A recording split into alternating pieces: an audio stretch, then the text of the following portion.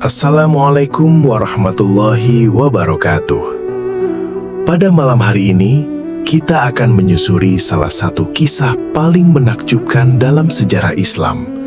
Kisah tentang seorang nabi sekaligus raja yang diberikan kerajaan terbesar yang belum pernah dimiliki oleh siapapun setelahnya.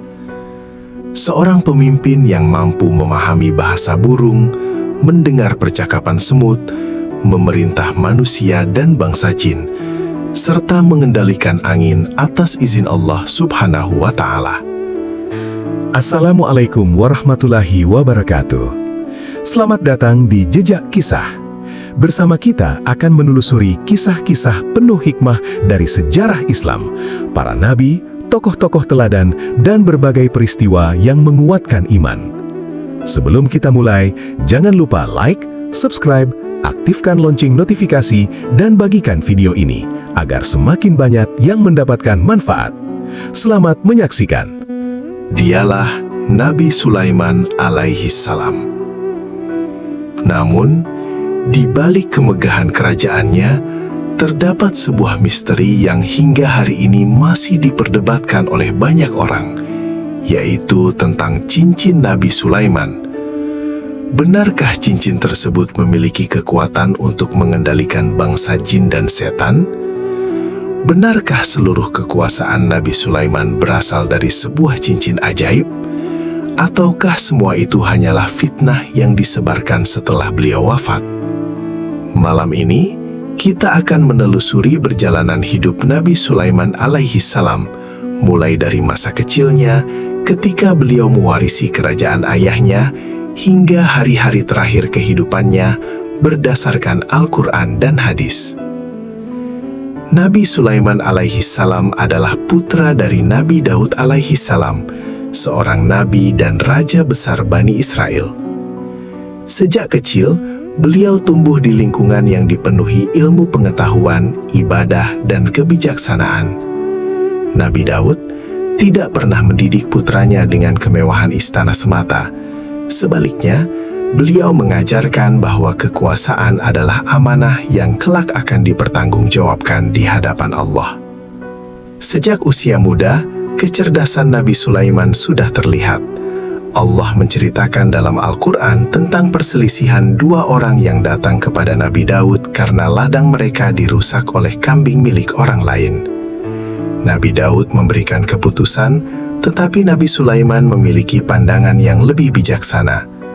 Allah pun memberikan pemahaman dan hikmah kepadanya. Waktu terus berlalu hingga akhirnya Nabi Daud wafat. Kerajaan Bani Israel kemudian diwariskan kepada Nabi Sulaiman.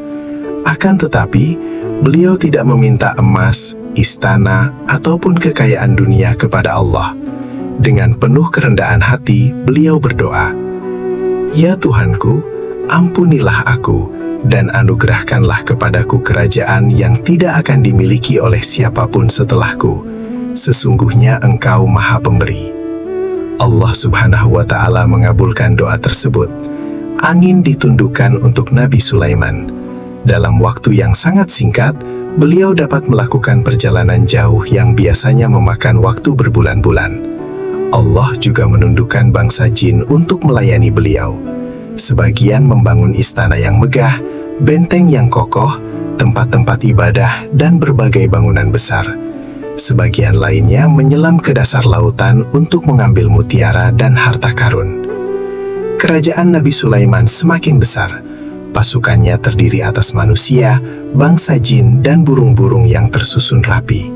Suatu hari, ketika Nabi Sulaiman dan pasukannya melewati sebuah lembah, seekor semut berkata kepada koloninya, "Wahai para semut, masuklah ke dalam sarang kalian agar tidak terinjak oleh pasukan Sulaiman." Mendengar perkataan semut tersebut, Nabi Sulaiman tersenyum dan bersyukur kepada Allah yang telah memberinya kemampuan memahami bahasa makhluk-makhluk kecil. Beliau kemudian berdoa, "Ya Tuhanku, ilhamkanlah kepadaku agar aku selalu bersyukur atas nikmat yang telah Engkau berikan kepadaku dan kepada kedua orang tuaku." Di balik semua kemegahan itu, terdapat sebuah kisah yang hingga sekarang masih sering diceritakan, yaitu tentang cincin Nabi Sulaiman. Banyak orang percaya bahwa Nabi Sulaiman memiliki cincin ajaib yang menjadi sumber seluruh kekuasaannya. Sebagian cerita bahkan menyebutkan bahwa suatu hari cincin tersebut dicuri oleh setan, lalu setan menyamar menjadi Nabi Sulaiman dan menguasai kerajaannya. Akan tetapi, jika kita kembali kepada Al-Quran, tidak ada satu ayat pun yang menjelaskan bahwa kekuasaan Nabi Sulaiman berasal dari sebuah cincin. Allah menjelaskan bahwa kerajaan Nabi Sulaiman adalah jawaban atas doa beliau dan merupakan karunia langsung dari Allah Subhanahu wa Ta'ala. Kisah tentang cincin tersebut sebagian besar berasal dari riwayat Israiliyat, yaitu cerita-cerita yang berasal dari tradisi Bani Israel. Banyak ulama menjelaskan bahwa kisah tersebut tidak memiliki dasar yang kuat dalam Al-Quran maupun hadis yang sahih. Bahkan, Allah secara tegas membantah fitnah yang mengatakan bahwa Nabi Sulaiman memperoleh kekuasaan melalui sihir. Dalam surah Al-Baqarah ayat 102, Allah berfirman bahwa Nabi Sulaiman tidak kafir, melainkan setan-setanlah yang kafir dan mengajarkan sihir kepada manusia. Ayat tersebut turun untuk membantah tuduhan bahwa kerajaan Nabi Sulaiman dibangun dengan sihir dan kekuatan gaib. Setelah Nabi Sulaiman wafat, setan-setan menyebarkan berbagai kebohongan. Mereka menyembunyikan kitab-kitab sihir, kemudian menyebarkan cerita bahwa semua kehebatan Nabi Sulaiman berasal dari ilmu hitam dan benda-benda ajaib. Padahal, Al-Quran menegaskan bahwa semua kekuatan itu berasal dari Allah semata. Dalam hadis sahih yang diriwayatkan oleh Imam Al-Bukhari dan Imam Muslim, Rasulullah Shallallahu Alaihi Wasallam pernah menceritakan bahwa suatu malam beliau hampir menangkap jin yang mengganggu sholatnya. Namun Rasulullah teringat doa Nabi Sulaiman yang meminta kerajaan yang tidak dimiliki oleh siapapun setelahnya. Karena itulah Rasulullah membiarkan jin tersebut pergi. Hadis ini menunjukkan bahwa keistimewaan Nabi Sulaiman merupakan karunia langsung dari Allah, bukan berasal dari cincin atau benda pusaka. Meskipun demikian, sebagian ulama berpendapat bahwa Nabi Sulaiman mungkin saja memiliki cincin kerajaan sebagai lambang kekuasaan, sebagaimana kebiasaan para raja pada masa itu. Akan tetapi, cincin tersebut hanyalah simbol kerajaan, bukan sumber mujizat. Mujizat Nabi Sulaiman tetap berasal dari Allah Subhanahu wa Ta'ala.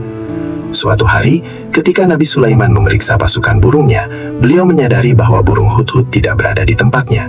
Beliau berkata, "Mengapa aku tidak melihat hudhud? Jika ia tidak datang dengan alasan yang jelas, sungguh aku akan menghukumnya." Tidak lama kemudian, burung hudhud datang membawa berita dari negeri Sabah. Hudhud berkata bahwa di sana terdapat sebuah kerajaan besar yang dipimpin oleh seorang perempuan bernama Balqis. Kerajaan itu sangat kaya dan memiliki singgasana yang megah, tetapi rakyatnya menyembah matahari.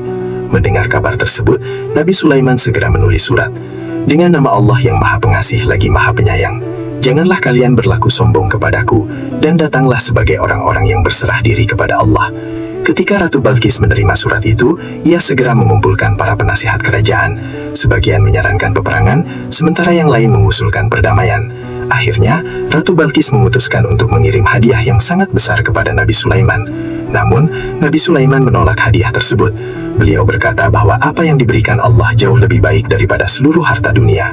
Sebelum Ratu Balqis tiba di istana, Nabi Sulaiman bertanya kepada para pengikutnya, "Siapakah yang mampu membawa singgasana Ratu Balqis sebelum ia datang ke sini?"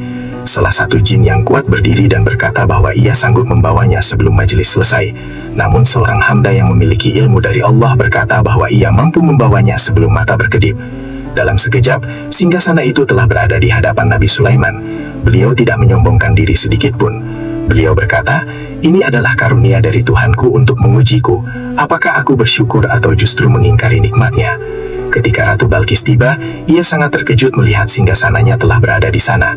Setelah menyaksikan berbagai tanda kebesaran Allah, akhirnya ia beriman dan berserah diri kepada Allah Subhanahu wa Ta'ala. Meskipun memiliki kerajaan terbesar di muka bumi, Nabi Sulaiman tetap hidup sederhana. Beliau sering menghabiskan malam-malamnya dalam ibadah dan doa. Beliau memahami bahwa seluruh kekuasaan hanyalah titipan yang suatu hari akan kembali kepada pemiliknya. Hingga akhirnya, hari itu pun tiba. Suatu pagi, Nabi Sulaiman berdiri sambil bersandar pada tongkatnya dan mengawasi para pekerja dari kalangan jin. Tidak seorang pun mengetahui pada saat itu Allah telah mencabut nyawanya.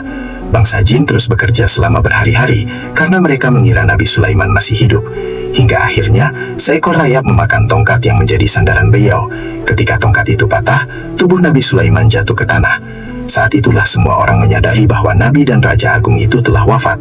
Allah menunjukkan kepada seluruh manusia bahwa bangsa jin tidak mengetahui perkara gaib. Seandainya mereka mengetahui hal-hal gaib, tentu mereka tidak akan tetap bekerja tanpa mengetahui kematian Nabi Sulaiman. Demikianlah kisah Nabi Sulaiman alaihi salam, seorang nabi yang diberikan kerajaan terbesar tetapi tetap rendah diri di hadapan Allah Subhanahu wa taala. Kisah beliau mengajarkan kepada kita bahwa kekuasaan tanpa keimanan hanyalah kesombongan, kekayaan tanpa rasa syukur hanyalah kesia-siaan, dan semua kehebatan manusia pada akhirnya akan kembali kepada Allah. Terima kasih telah menemani Jejak Kisah. Jangan lupa untuk menyukai video ini, berlangganan dan menyalakan lonceng notifikasi agar tidak ketinggalan kisah-kisah sejarah Islam lainnya. Wassalamualaikum warahmatullahi wabarakatuh.